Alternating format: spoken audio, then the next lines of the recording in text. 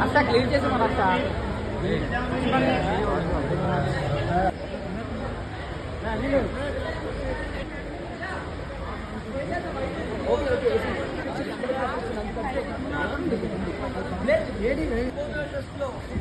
వినాయకుడు అని అందరినీ ఆకట్టుకొని ఈసారి కూడా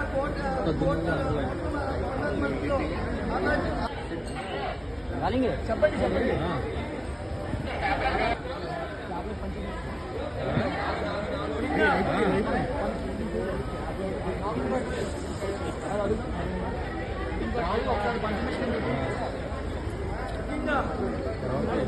సరే పెడతాను కానీ చెయ్యి వస్తాను కదా.